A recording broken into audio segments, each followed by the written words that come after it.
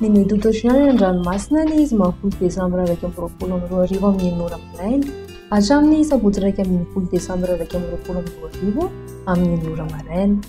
Ho an'ny morontsiraka atsinanana kapitambra hatrany kapesta andrahoana amin'ny sitokotoko mety arahana tandrifin-drahona avy atsimo atsinanana andrifotra ka ho 9 hatramin'ny 20 kilometatra isan'ora ary 7 kilometatra isan'ora ny avaravitra Imara.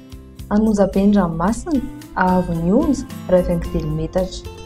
Kapesta hatrany Mahanoro andrahoana amin'ny sitokotoko mety arahana tandrifin-drahona avy atsinanana amin'ny ankapobeny rivotra ka ho 9 hatramin'ny 9 kilometatra isan'ora. Adimpanonjana anonjabe ny ranomasina ahavon'ny onja 1 hatramin'ny 2 metatra. Mahanoro hatrany Taolagnaro andrahoana amin'ny sitokotoko na ibalika ny masoandro avy avaratra na avaratra atsinanana ny rivotra ka ho 9 hatramin'ny 9 kilometatra isan'ora ary 20 hatramin'ny 17 kilometatra isan'ora manakaiky ny Taolagnaro. Anonjabe ny ranomasina ahavon'ny onja 2 metatra ary 2 metatra manakaiky ny Taolagnaro.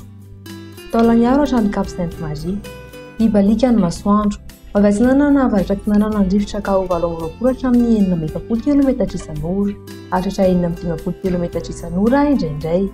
Anonjabe ny ranomasina ahavon'ny onja 2 hatramin'ny 24 metatra. Ho an'ny morontsiraka andrefana Cap Sainte-Marie hatrany Cap Saint-Vincent ibalika ny masoandro ho avy atsimo na atsimo andrefana ny rivotra ka ho 9 hatramin'ny 20 kilometatra isan'ora. Anonjabe ny ranomasina ahavon'ny onja manodidina ny 20 ka hatramin'ny 2 metatra. Cap Saint-Vincent hatrany Cap Saint-André andrahoana amin'ny sitokotoko na ibalika ny masoandro misy tandrifin-drahona vitsy manakaiky ny melaka avy avaratra amin'ny ankapobeny rivotra ny maraina ka ho 9 hatramin'ny 9 kilometatra isan'ora avy atsimo andrefana ny tolakandro ka ho 9 hatramin'ny 9 kilometatra isan'ora. Adimpanonja ny ranomasina ahavon'ny onja latsaky ny 1 metatra.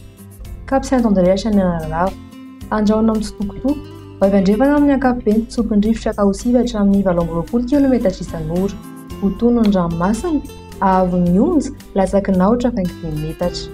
Analalava hatrany kapitambra anorana tandrifin-drahona amin'ny sitokotoko ho avy atsimo atsinanana ny rivotra ny amin'ny tendrony avaratra ka ho 9 hatramin'ny 17 kilometatra isan'ora. Ho avy atsimo andrefana amin'ny ankapobeny any ankafa ka ho 9 hatramin'ny 20 kilometatra isan'ora. Hotono na adimpanonja ny ranomasina ahavon'ny onja latsaky ny 2 metatra.